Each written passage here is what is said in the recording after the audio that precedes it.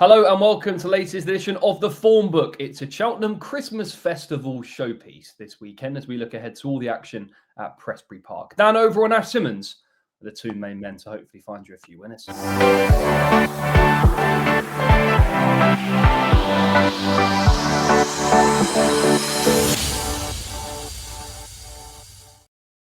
Yes, welcome along. Remember, you can watch every race from the Cheltenham Christmas Meeting live on Racing TV on Friday and Saturday. Dan, good to have you back on. How have you been? Yeah, very well. Building up to the busy Christmas period, as I'm sure we all are. And I say this kind of Cheltenham meeting falls in an awkward time of the calendar, really, because a lot are being put away for the big races around Christmas time. But still a few nice, interesting handicaps in particular to get stuck into. And everyone's favourite HWPA Content Award winner, Ash Symonds. Ash, how are you? I'm favourite because I'm the only, but I'm really looking forward to this weekend. Anytime Cheltenham's on is great, and I do think there are some interesting clues, especially now we're sort of like a couple of months through the season. You can start building together form lines and everything like that, and trying to make a bit more educated guesses or actual selections. So I'm looking forward to this weekend. Right, we've all got plenty on at Christmas. Let's crack on, shall we? 1:50 p.m. Cheltenham, 4-1 Fav Long Press on Friday, 9-2 King Turgeon and the Doyen Chief, Heracles Westwood at 11-2, the short go at 6s, Henry's Thrend at 8-1, 12-1 for Gal Road, should be 14-1 bar. Right, Ash, let's come to you because you have a fancy in this race. Yeah, look, I think it's a race you can have a little bit of a go at one in this. Really, I'm not too. I think it's basically the top of the market is quite prominent. I think they're the sort of ones to be with. I sort of started warming towards Heracles Westwood, thinking on the back of a nice run behind Hung Jury the last day, but I just thought Long Press would be too good in this. You know, I know he's got a mark of 162 to the fight. I know it's his first run for 300 days, but he's shown before that he can run well in nice handicaps of top weight when going well fresh. I mean, he ran well in the King George last year after mark of obviously not in a handicap. That was off the first run for 286 days. He beat Stage Star in this race, which was, again, he's shown his freshness there. It was only his second run of last year.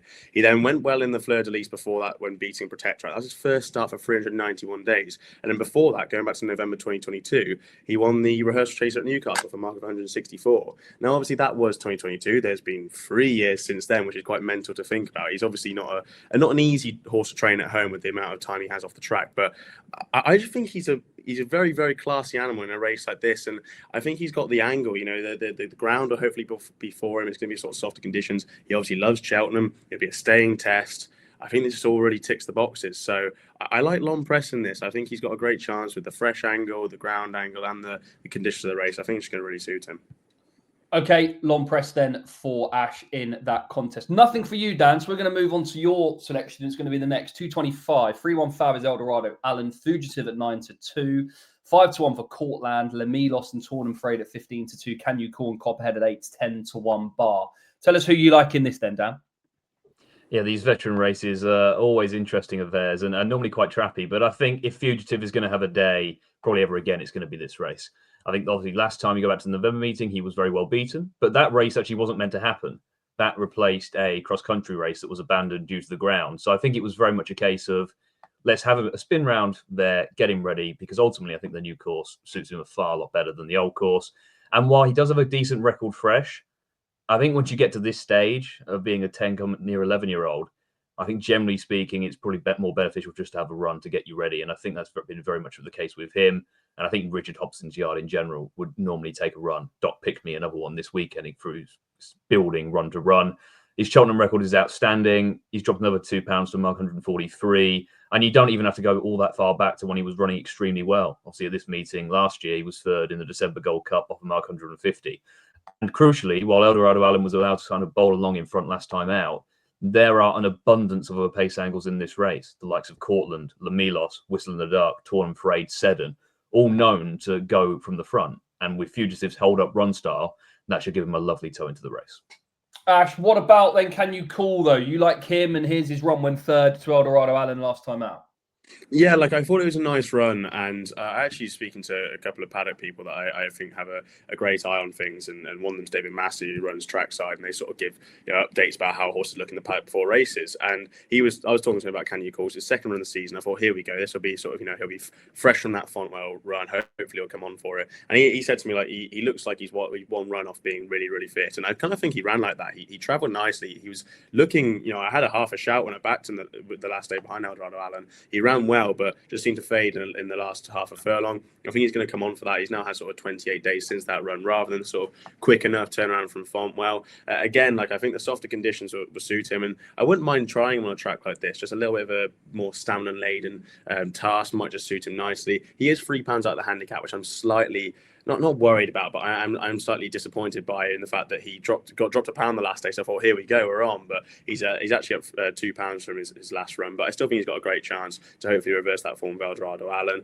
Ben Jones takes the ride. He's obviously got to get down to 10 stone 2s to the ride. I think he's half notable, and I think Can You Call can run well in this. Okay, that's Can You Call then for Ash in that. So both the lads with a selection in that race. What about any other business then on Friday? Let's come to you first, Dan, because you've got a trio at Cheltenham and also one at Donny. Yeah, a few that I like. I'm surprised Kingston Queen isn't a little bit shorter in the opening novice hurdle. There's a few really interesting rivals here, but on her hurdling debut, she was ultra impressive in a race that's working out extremely well. And she's just that kind of very reliable, tough mare who will go from the front, obviously confirm stamina for further. And I guess this is maybe a bit of a sighter to see whether this course is going to suit with a view to the mare's novice hurdle. But I thought a lot of those had to come up to her standard, especially given the allowance she gets for being a mare. So I thought she would probably be a bit shorter than the sort of 9 to 4 she is currently. The 115 is the sort of 2 mile 1 handicap hurdle, and he's an interesting character, this horse, because they basically already said the county hurdle is the plan.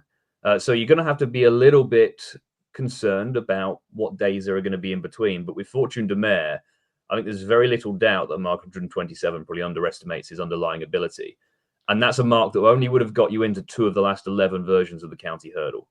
So realistically, the fact he needs 2 more runs to even run in the race, are they going to take that chance that they're building their whole season around a race where they might sneak in at the absolute bottom of the weights? Or are they prepared, bearing in mind the Skeltons are on the title charge this season, to go ahead and actually go and win at least one more race, get up to somewhere in the mid-130s and be assured of a run come March? 127 clearly underestimates him. Obviously won the Grade 2 where defied a massive drift at Ascot last time out, held up way off the pace and came home at a track you really struggled to do so.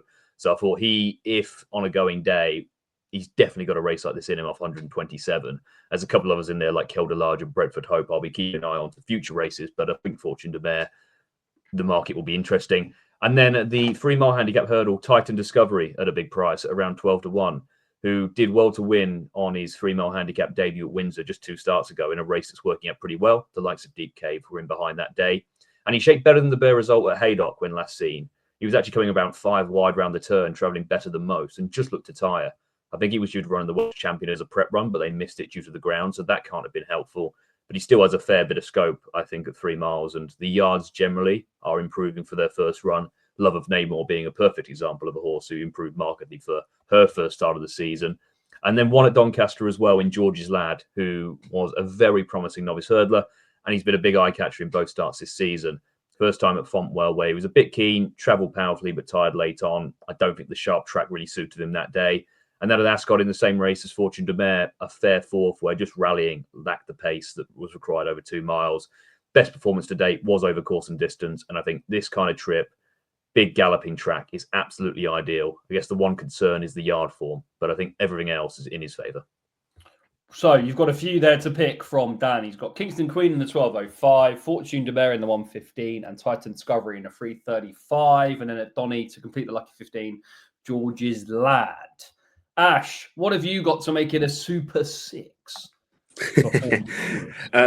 Yeah, well, just quickly on Dan's there, that 12.05, that Kingston Queen, yeah, I thought it would have a chance. I thought it's a very competitive race, so I'd be very interested to see how that race just works out as a general piece of form. For my fancies, I'm going to go to the 12.40 first of all, the Chasing Excellence Novice Chase, probably one of the better Chasing Excellence races we've seen. I thought 6 Mile Bridge might have a chance of just defying a penalty in this. I think it's a really, really good race. You know, Tintin's not a bad horse at the sort of massive outsider, but then Royal Infantry and Calafé and Vol are really good horses. But I just thought with the benefit of a run here and benefit of chasing experience, I thought 6 Mile Bridge might just be a touch too good. I respect Royal Infantry quite highly just with the race fitness angle, but 6 Mile Bridge was very, very good this day at Ayr. I thought he was really impressive. His jumping was really slick, really accurate. He gained lengths over the field. I maybe sort of suggest that the field in behind and Derry Hassan Paddy and Gamesters Guy maybe won either further or maybe had one eye to another day, but I still thought he was very, very impressive. As a novice hurdler, obviously he was ahead of Potter's Charm at Cheltenham on trials day before eventually being disqualified. but nothing for what he did on the day. And then he was obviously disappointing in the turners, but I still think he's quite an exposed profile. So I thought 6 Mile Bridge could defy a penalty in the 12.40.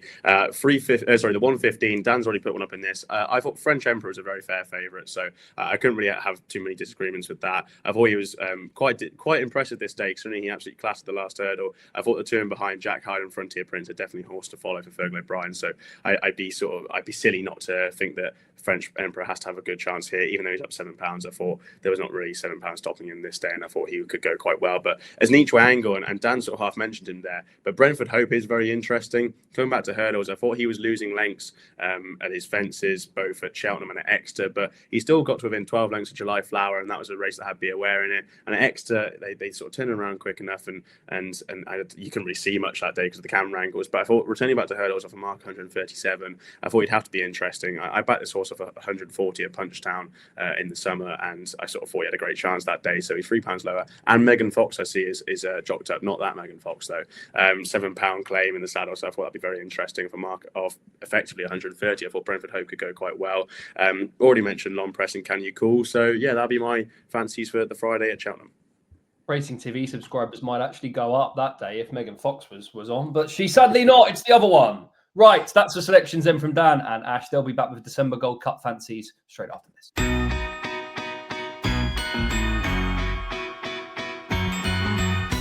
King Turgeon, in the form of his life, to land a hat-trick. Stumptown wins the Doncaster Christmas Cup. It's another Super Saturday for Venetia Williams and Charlie Deutsch. Chevron wins the night in the December Gold Cup. Jet Blue proves his stamina and runs out a ready winner of the Albert Park at Norwich's Herd.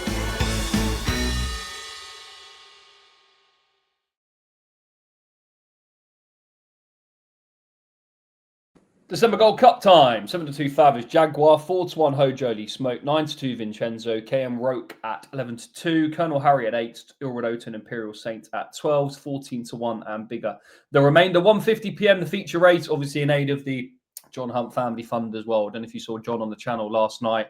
Powerful interview with Tom Ball, talking about how he's coming to terms with his own grief and how he is also trying to help women in crisis. In terms of the sort of fund me page that they've got in terms of some of the lots that you can win, that closes tonight. So make sure you try and check that out if you can. The link is at the top of Racing TV's pinned tweets. But some powerful stuff from John, and nice that being remembered and respected his family with this race being run in their honour. And I think there's a gala dinner at Cheltenham tonight as well. Right, let's come to the boys then. Let's start with you here, Dan. Who do you like in this? Well, this race has some harrowing memories for me because last year I backed Madara, who should have won and got denied. Then the year before that I backed Ilrodoto, who was home and hosed before getting chinned by Fugitive. So I'm looking to overturn what seems to be a pretty brutal curse. And I don't think it's the deepest of versions of this race you'll ever see. I think it's competitive, but I don't think it's going to take a massive amount of winning. And I think the most solid option is just Vincenzo, who obviously, I think coming into the Paddy Power, maybe a few unknowns about whether he was quite up to this. He was obviously pretty unexposed going into the race, never tackled that track before. I thought ran a blinder under the circumstances where maybe wasn't best positioned. I think obviously a lot came round wide. He was very much buried up the inside, and that may have not been ideal, but he wouldn't have beaten Panic Attack regardless. But obviously that's been proven to be pretty solid bit of form. You even go back to last season, his form ahead behind Booster Bob has been franked. And I think I saw an interview with Sam Thomas earlier where you'd imagine most of his are pretty forward for the run. I think there was an idea that, of course, he was ready for this, but based on his comments, he seemingly has come alive a bit at home and has definitely stepped forward for it. Crucially, you're going to want to be prominent in this race. You look through the track record coming off the pace is very, very hard to do unless your name is Fugitive. So I think his prominent run style will also suit. And of those towards the head of the betting, I just thought he was the most solid proposition. Vincenzo then for Dan, and you're also in agreement, Ash. Yeah, and just to add to that, really, you know, the run in the Paddy Power Gold Cup, you just have to look at the write-ups and just watch the race back to see where he's positioned throughout the race, and it didn't really go for him. I mean, Panic Attack was towards the rear, won the race. Holy Smoke was towards the rear, finished third. Conyers Hill towards the rear, travelled like the winner, finished fourth. The only other prominent horse that was alongside Vincenzo throughout the race was Bad, and he finished fifth, 3 lengths behind Vincenzo. Hunter Legends in sixth, towards the rear, finished in sixth. The other Mozzie, seventh in the rear. Like, it was not a massive pace collapse, but it definitely was a race that suited those late closers. So I thought Vincenzo ran a huge race, especially being first start of the season. I thought his market position that day was very prominent as well, and the fact that he was pretty well backed. He was quite solid. He went off favourite that day. So there's obviously someone who thought he had a great chance in a race like that. I actually do think it's a weaker race than what the Paddy Power Gold Cup was, like Dan said. So although Dylan Johnson isn't claiming £3 anymore, I thought he was a very, very solid option. And I definitely will be backing Vincenzo in the December Gold Cup. And then just one as an each way, I kind of agree with Dan in the fact I don't think this race will take much winning. I thought Colonel Harry was good at Aintree over the national fences. It's not, the national fences aren't what they used to be. It doesn't sort of take those big, gallant jumpers who only go around Aintree and don't go anywhere else. But he was very impressive this day. And I suppose, Mahon's Glory's gone on to run well in the longer Aintree race that we just had. And I thought he was, it's not bad, frankly, at the form. Jet Plane's in behind there. He just won earlier this week. So I thought the form of the race, well, it didn't initially look amazing because Gaborio was disappointing subsequently. I thought it was actually working out okay. The handicap has only given Colonel Harry £4. And I know he's had his setbacks and he's had his issues, but you've got to go back to when he was coming through the ranks as a novice chaser. He was campaigned like a Grade 1 horse. I mean, he's not a Grade 1 horse, but he was campaigned that way. He won the Grade 2 Townsend Novice Chase at Wetherby in January 2024. Then he was sent off 7-1 for the Cilliars. Really disappointed that day. But, Jamie Stonesill kicked on that day, sent him to the Turner's Novice Chase, then sent him to the Manifesto. He's had his issues, he's had his setbacks, but I thought it was a huge run first start for over 300 days at Aintree last time out. He's only up £4. I thought Colonel Harry is a very, very viable each way angle, and he does go well on this course. So I could give Colonel Harry a go. Okay, two then in that December Gold Cup for Ash. He likes Vincenzo and Colonel Harry. And as we mentioned, Dan likes Vincenzo. Stay with you, Dan, because you like one in the 3 o'clock graded contest. In terms of the betting, just give you a brief look at that because we've got a even money Fav in Command John. They call me Hugo at 130. Reckless Spending at 6s. Carling Rig at 13-2. Big Cadillac at 14s. Casino de Mott at 20s. In something good at double carpet even. You like one at a big price, Dan? Yeah, Casino de Mott's for me in a race which is pretty trappy on the surface. And obviously, Conman John is a relatively short price favourite based on what he's achieved thus far. Obviously, well ahead of Casino de Mott when Casino de Mott made his hurdling debut. He was kind of allowed his own way out in front that day. And I'm not necessarily sure what the bare form of that is worth and whether carrying a £3 penalty against maybe more forward rivals now is going to be his thing. But Casino de Mott then went to Kempton, down in trip, around a sharp track on decent ground, and for all the world looked like he was going to get beaten, but showed a really willing attitude late home to just show that clearly this is an out-and-out stayer. And when I think about sort of 3-mile novice hurdles on the new course, I think about an outstayers, which I think is really going to suit him. Obviously, you go back to his debut. Of course, he has to improve for that to get next to Conman John, but I think there's every reason to expect he would have improved a fair bit. And I just think the test that the new course will provide, generally the Tizzards as well in this division and this particular race, have a very good record. I just thought that was a very big price when I think he's got an awful lot of improvement to come. Okay, 20-1 then in that contest. Likes the chances of Casino de Mott for Mr. Overall. Right, final race we're going to have a look at. 3:35, that mare's race. 11-4 Fab is Jubilee Alpha, who reopposes against Sweet Caroline at 3-1. Sea Girl at 9-2. Nurse Susan at 7s. Game Colours at 8. Pretending at 10s. 14-1 Bar. Ash, 2 selections for you in this and one that you agree with Dan on. Yeah, this horse, I've never been able to pronounce her name. You just did it there, and it sounded quite good. Siogiao. Siogiao. Oh, yeah, there's multiple pronunciations. Listen to a different race commentary, you get a different pronunciation. They are glamorous assistants helping me out there. The Fergal O'Brien horse, a Johnny Burke jocked up, I think, has got a chance in this. Obviously has form to reverse with Jubilee Alpha from Windsor 4 starts ago, but go back and watch that run. That was over 2 miles. Ran a nice race, staying on the line. It was just her second start over hurdles. Jubilee Alpha was obviously a good winner that day, but I thought there was a lot to be quite impressed by. I think she's been good since. It's a horse that Fergal O'Brien has been quite, bullish on for a while, and now she's coming to handicap company. First start in handicap. The first start in handicap was at Newbury. Second start was at Carlisle at the start of the season where she ran well. Hopefully we'll come on for it, and this is her first start off a mark of 123. I just thought there's definite improvement to go off her mark, and she's definitely one that I'll be keeping on side in the race. But just an each way angle. Nurse Susan, very similar profile in the way that she won this race 2 years ago. She ran at Exeter, ran no sort of race, and based off that run, you go, oh, she's got no chance, and that was over fences. Then she came to Cheltenham and won, and she's always been a horse who's been quite, highly touted by Dan Harry Skelton. She's run at Carlisle over hurdles at the start of November just to hopefully come on for it. She's something like 13-2 now. I thought she could have a bit of a chance each way in a race that's probably been the Gold Cup circled in the calendar for her for quite some time. Again, conditions should be going for her with the softer ground at Cheltenham, and she acts around the track and this course and distance, having won this race 2 years ago. So Nurse Susan is the each way angle, but I liked the Fergal O'Brien horse towards the top of the market. And you also like the Fergal O'Brien horse, Dan? Yeah, it just appeals as the best handicapped horse in the race by, I thought, some distance. Obviously, Jubilee Alpha is the class angle, but you go back to that race at Windsor, as Ash mentioned, like she ran creditably that day and has only improved since. Obviously, won the big mares handicap hurdle at Newbury, where only won by half a length, but I think that underestimated how much she was the best horse in the race that day. Probably gave her supporters that day when she went off quite a well-backed favourite, a few scares, but was always doing enough. And even that form, like the runner-up La Penoncière, went on to finish a very close second to Jubilee Alpha next time out, and went up about £7 in the handicap for doing so. Reappearance run at Carlisle, I think most of the horses in that race were using that as a stepping stone to future targets. Hartington being one of the examples who came out and run really well at Haydock thereafter. Only up £1 for that, should improve massively. All of her form is just so solid. That mark 123 surely still underestimates her, and while I admit Jubilee Alpha is the class angle, I think it's going to be very tough to give away so much weight, and I thought she was harshly treated going up for a run last time.